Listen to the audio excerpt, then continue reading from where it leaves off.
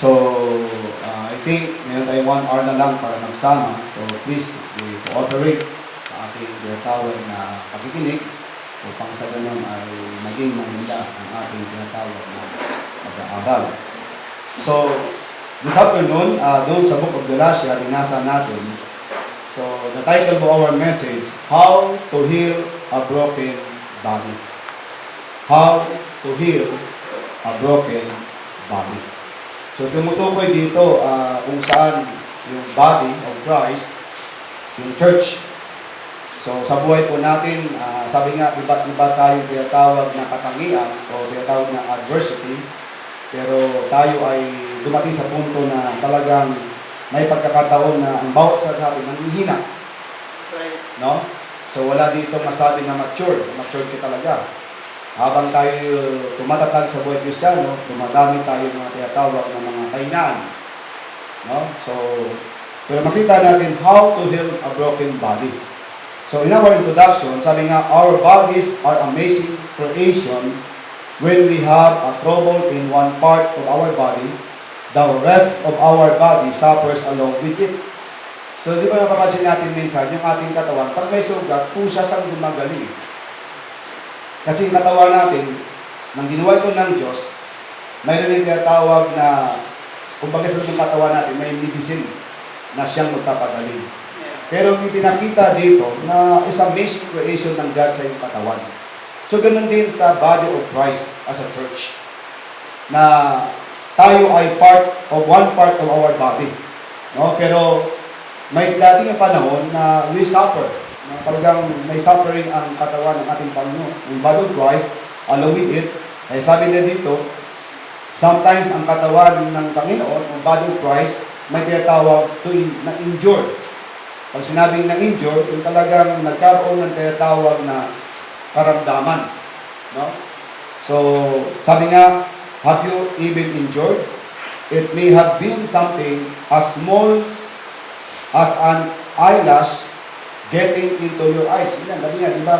Ang example, isang bagay lang nandoon na mapuwing sa mga mata mo.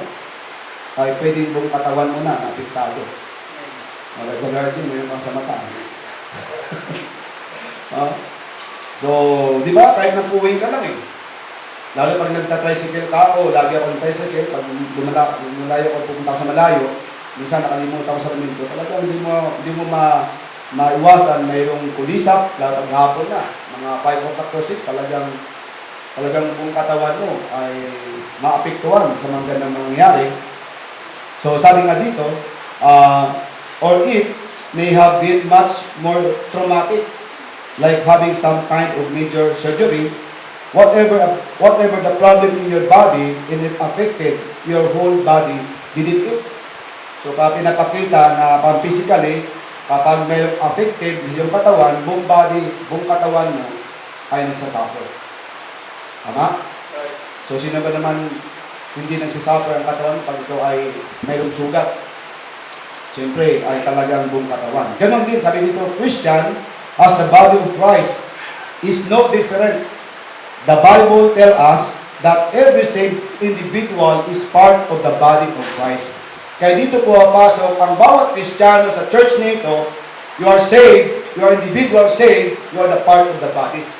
Kaya napakalaga ang presensya mo. Amen? Napakalaga ang iyong buhay sa katawang ito. Kaya masabi dito, every saved individual is part of the body of Christ. Kung bubuksan yung mga Bible nyo sa 1 Corinthians chapter 12, basahin itong talatang ito, na tumutukoy sa body of Christ. Sana makita natin na may mga example dito. Sabi ng Bible sa 1 Corinthians chapter 12,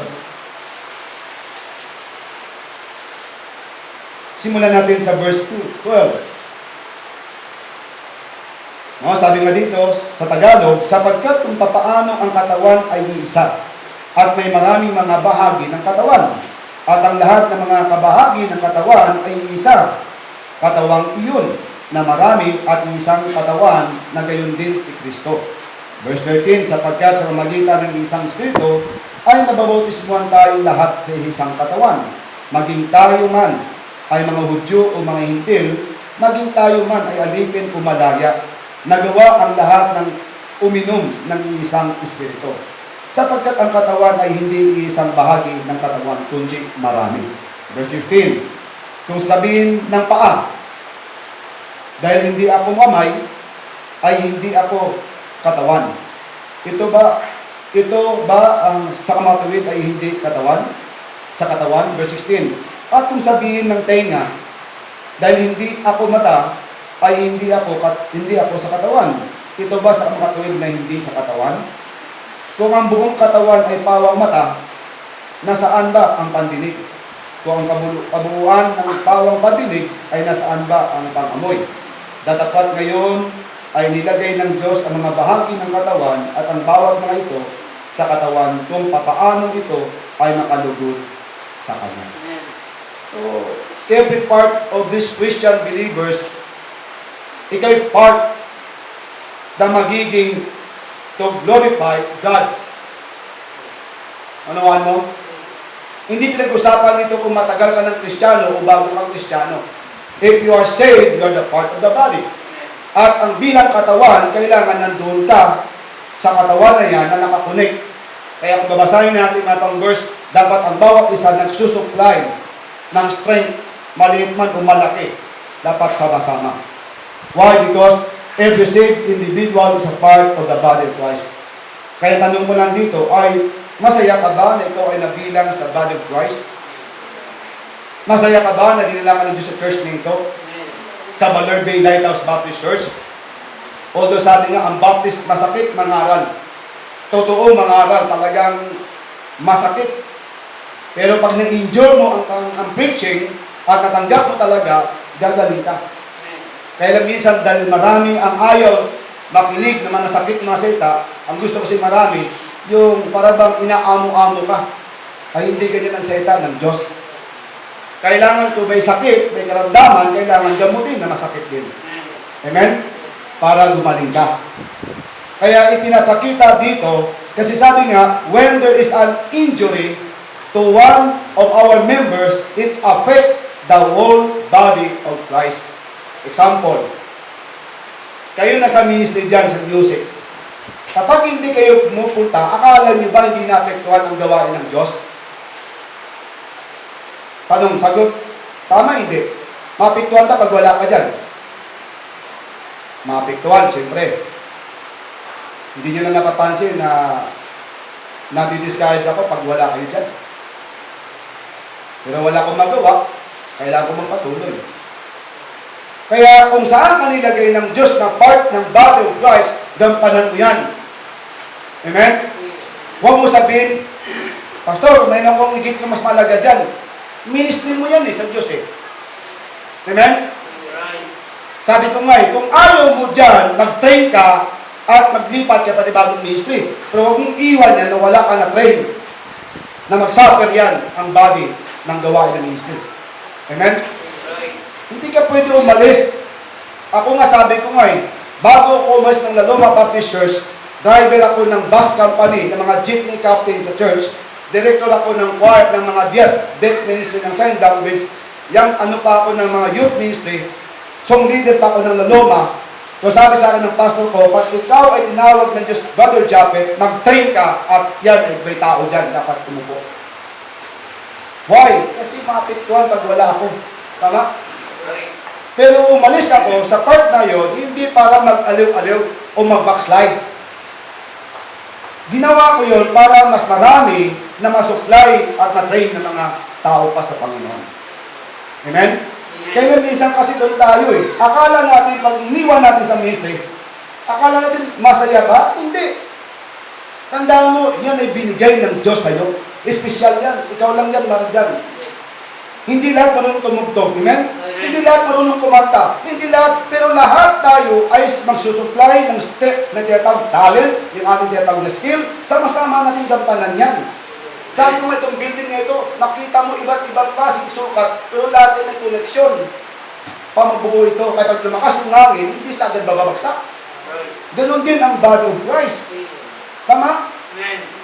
Kaya kailangan din makita to heal the broken body. By the way, honestly, ang church ng Panginoon, hanggang ngayon, malaki man umalit ang bilang, lahat niya may mga problema. Maging sa bahay nyo may problema. Tama? Kailangan lang gamutin sa mga bagay. Yung tinatawag na pagkakaisa. Sabi nga, pagsama-sama, magagaling. Amen? Kaya kanina doon, ibig sabihin na ikaw mamatay, hindi ka pwede maging tenga. O ikaw paa, wala ka pakalam doon sa itong kamay na ito. Hindi man kayang abutin doon ng likod mo. Yung nakikita mo sa likod, hindi naman nakita, pero may mga body, nakita nila likod mo. Kaya malaga yun. Kaya when there is an injury to be one of our members, it affect the whole body of Christ. Kaya tandaan nyo, hindi ko ito tinuturo para obligahin kayo. Sinabi ng Bible, not forsaking. Huwag niyong kalimutan na sa araw ng gawain ng Diyos, dapat nandoon ang bawat isa. Kaya sabi ko nga, itong mga upuan na ito, dapat nakaupo yan, tao. Hindi demonyo. Espiritu ng kaaway, dyan. Punuin natin. Amen? Ng mga Kristiyano, ng mga ligtas, at part ka dyan. Kaya ako, alam ko kung sino wala dito. Nasa memory ko na. Kasi yun talaga pinapanalangin ko kayo eh. Kaya gusto kong, as a body of Christ, sana, kaya makita mo kung may pagkakataon na ikaw ay naging part para magkaroon ng effect ang gawa, ang whole body, so kailangan na gumaling ka ulit. Amen? Ang purpose ng mensahe ngayon, hindi para idiin ka, kundi gamutin, bumalik ka sa gawain ng Diyos. Amen? Pagtutulungan natin the body of Christ. Okay? So may akong tatlong bagay na unang, how to heal the broken body. Number 1, itong dapat din makita sa inyo as a church. The body of Christ injured. Mayroong talagang tinatawag na injured. Ibig sabihin, sa part ng katawan mo, mayroon diyang kainaan. Pag na-injure ang iyong mata, buong katawan niya. Tama? Amen? Sipin mong matusok ito ng stick. Abay, hindi lang mabubulag ka. Talagang yung paningin mo, isa na lang. So tandaan natin, the body of Christ injured. Paano na-injured ang body of Christ? Number 1, they stumble one another. Para bang tinatawag na sa salitang appendicitis ang bawat isa. Na-offend ako sa iyo, sis. God, na-offend ako sa iyo. Kaya pag na-offend ka, wala ka na sa church, iwan mo na yung para sa Panginoon. Na-stumble ka lang. Tama? Yan naman ang sakit ng church eh. Appendicitis. Offend.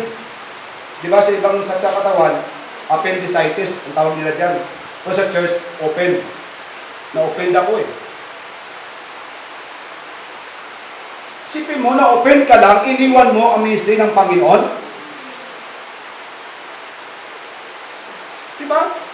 Ang daming doon na nangyayari. Na-stumble ka sa isang Kristiyano, hindi ka na nag-church.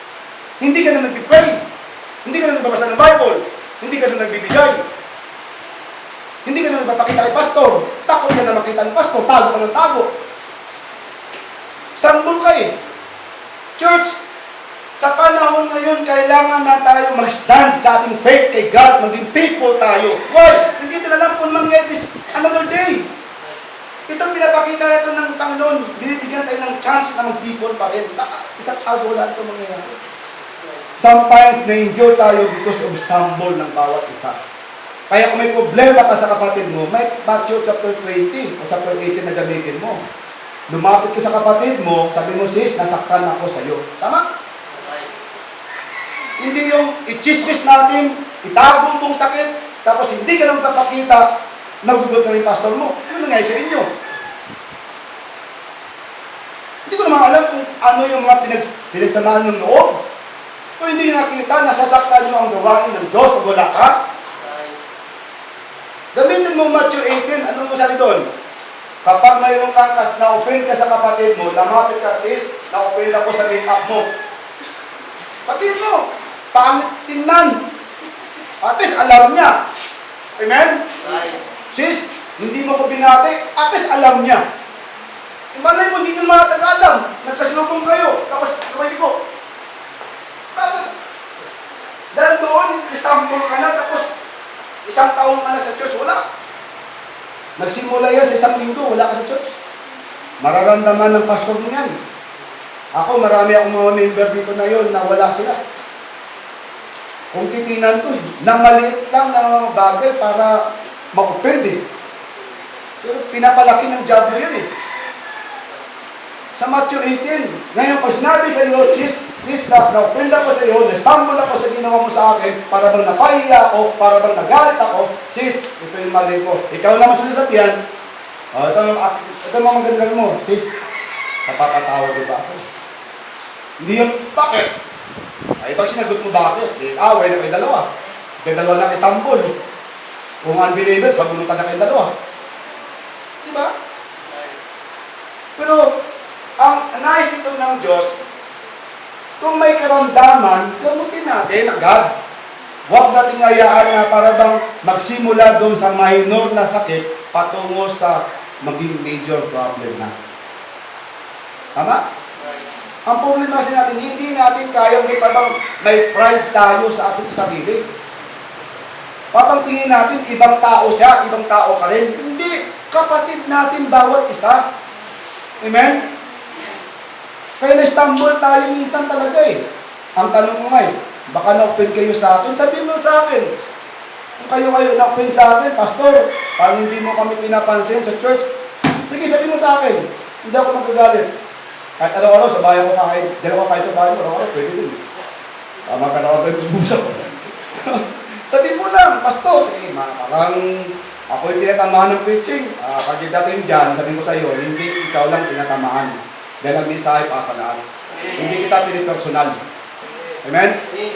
Hindi ko alam kung anong buhay mo, isang linggo dyan sa bahay mo. Ang salita ng Diyos ay talagang masakit yan. Amen? Kaya kailangan makita nyo. Kaya kung ako may na-offend sa iyo, na-stumble ka, sabihin mo sa akin. Sasabihin ko sa iyo, hindi kailanman ako magkaroon ako ng pride. Kaya ko magpakumbaba sa membro. Dahil mahal kong church ng Panginoon. Ayaw ko nga magkawatak-watak tayo eh. Marami dito, nakalipas ng mga panahon, 11 years from now, marami na ako nakita sa labas na hindi nagpatuloy. Kung nakita ko, Brad, balik ka sa Panginoon. Kasi sabi ko, hindi ko kailangan taguan sila. Mahal ko sila, part sila ng body of Christ kung save sila. Part sila ng Balerby Lighthouse Baptist Church. Kaya kayo magkakapatid, huwag kayo mag-stumble bawat isa. Kung may problema man, please, mag-reconcile ka agad. Pati make-up mo, hindi na maayos. Nagsalubong kayo sa git, talawang pinto ka, nag-iikisan pa kayo. Diba? Minsan ka po-stumble ka eh. Isa dito papasok, doon isa. Hindi na magkita. Hanggang doon sa dami, hindi na magkausap-usap. Sis, kumusta ka na? Brad, stumble eh. So, tandaan mo, ito sabi ng Diyos, kaya sabi sa inyo ha, itong pinaka-lesson dito sa point number 1. Sabi ng verse 1, mga kapatid, kung ang isang tao ay manawaan ng kamalian, kayo ay spiritual. Balikin ang iyong isang gayon na spirito ng kaamuan. Isa lang alang ang inyong sarili, baka ikaw din ay matukso. Tanglit ba? Na-open ako kay Terso. Mga balikin sa pina. Na-open ako sa iyo, brad. Ngayon, si Brother Terso, spiritual kay sa akin. Siyempre, para hindi masira ang aming relasyon, siya na yung lalapit sa akin. Pastor, hindi maganda yung sinabi mo sa akin. Pero, dahil tayo ay isang katawan, gusto ko huwag kang maggamit. Mahal kita. Kaya pag ikaw, kasi sabi mo, baka isang araw, ikaw naman mag-Istanbul. Yun ko ibig sabihin? Baka akala mo, ikaw lang yung nagkakamali. Akala mo ikaw lang tama. Baka sunod na araw, ikaw naman ang ma-stumble nila. So that's why nakita natin yung fault mo, yung fault ng bawat isa, na-enjoy yan because of stumble, sana ay magkaroon agad ng reconciliation. Amen? So, ang stumble, isa sa pinakamatinding sakit ng church, yung appendicitis. Yun siya lalo ng kabila, pag appendicitis, hindi mo na kaya, pwede mo pa iwin isang bansa. Pero pag ang tao na matisod sa'yo, mahirap na yan, i-restore.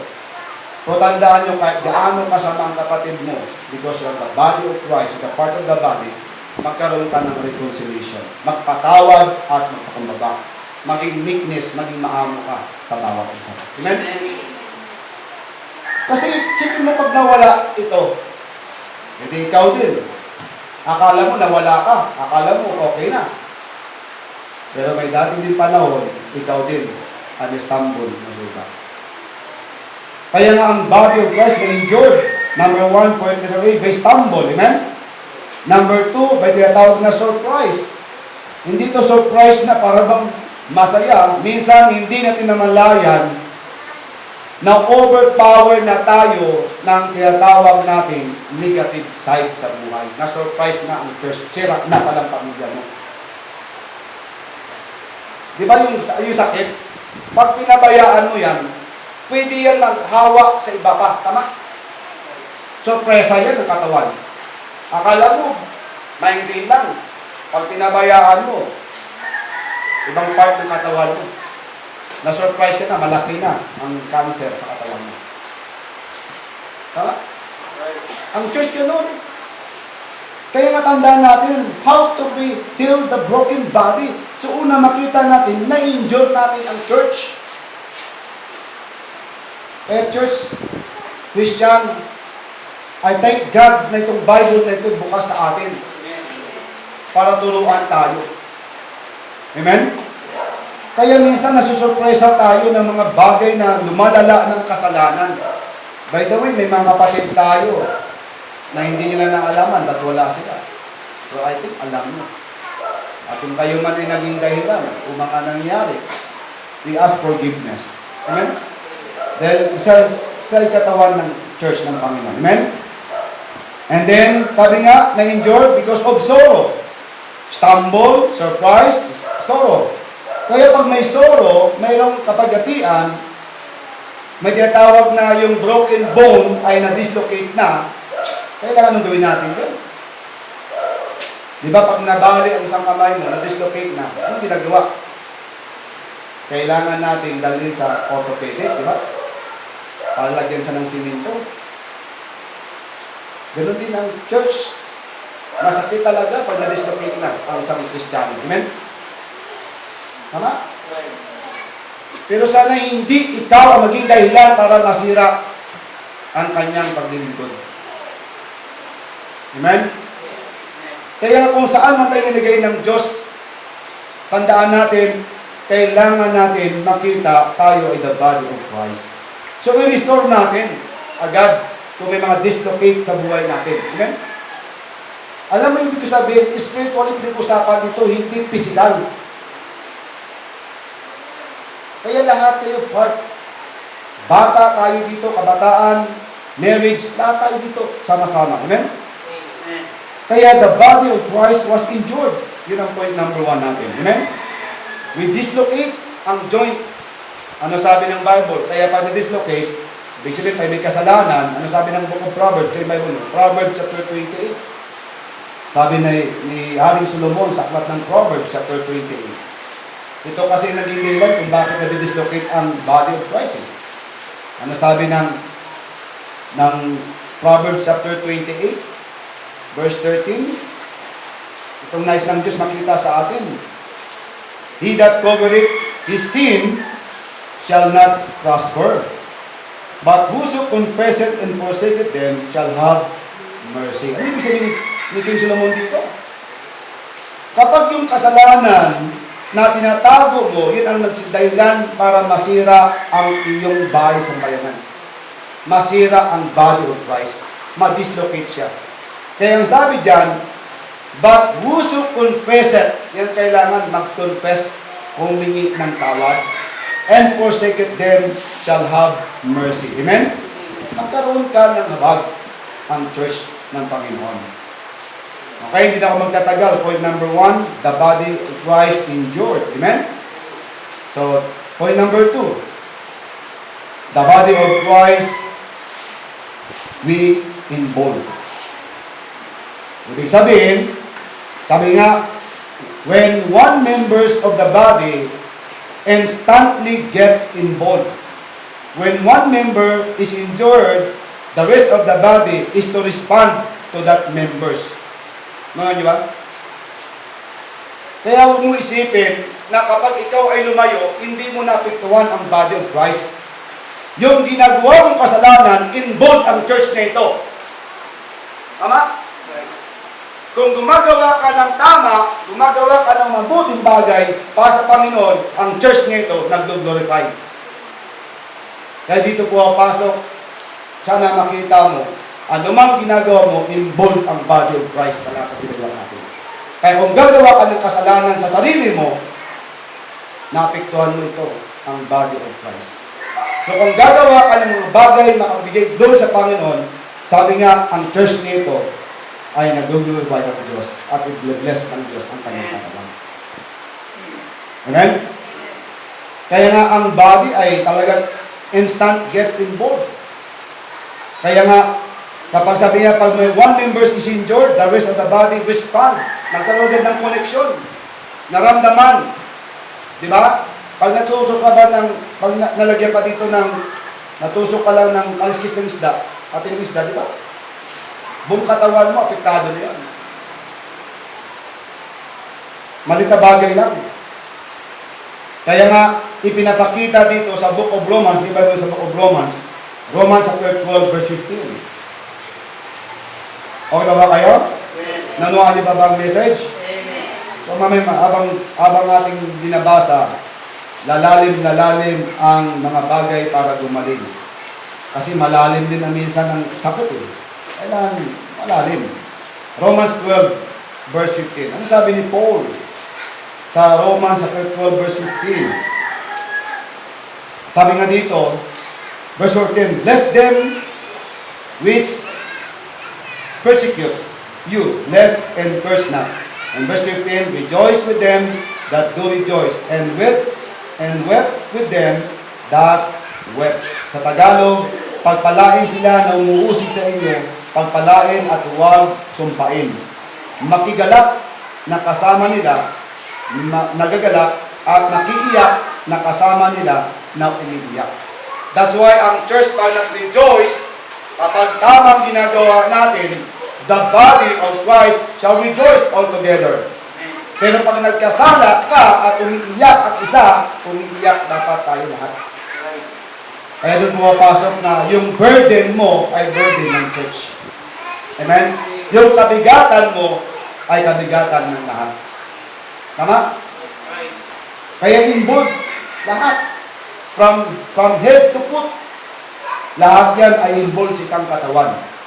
So ano yung response natin dito ngayon? So pag may involved, kailangan as a condition. Kaya nga ang condition, i-apply natin ang Galatia chapter 5, sa Bible nyo, sa Book of Galatia. Balikan nyo.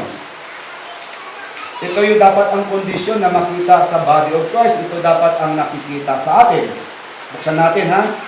Pamakita nyo, Galatia chapter 5, verse 22 hanggang 23. Itong condition, gusto nyo makita ng spiritual na mga bagay sa church sa kanyang katawan. Sabi sa verse 22, datapot ang bunga ng Espiritu ay pag-ibig, kagalakan, kapayapaan, pagbabata, kabaitan, kabuluhan, kabutihan, pananampalataya, kaamuan, 23, pagtitimpi, laban sa mga ito na walang batas. At silang na kay Kristo ay pinako na sa krus ang laman na kasama ng mga kahilingan at mga pinta. Ang kondisyon para ma-involve, gusto ng Diyos, itong mga bunga ng Espiritu ng Diyos, ay dapat ito ang kondisyon makikita na ma-involve sa katawan niya. May pagmamahal. Amen? Kaya ang katawan, dapat nagmamahalan tayo dito. Amen? Mayroong love. May peace. Amen? May tinatawag na joy. Long-suffering, gentleness, goodness, faith, meekness, temperance, against us there is no law. So pinapakita dyan. Ang kondisyon dapat yan ang makita sa katawan. Kaya huwag mong sabihin na para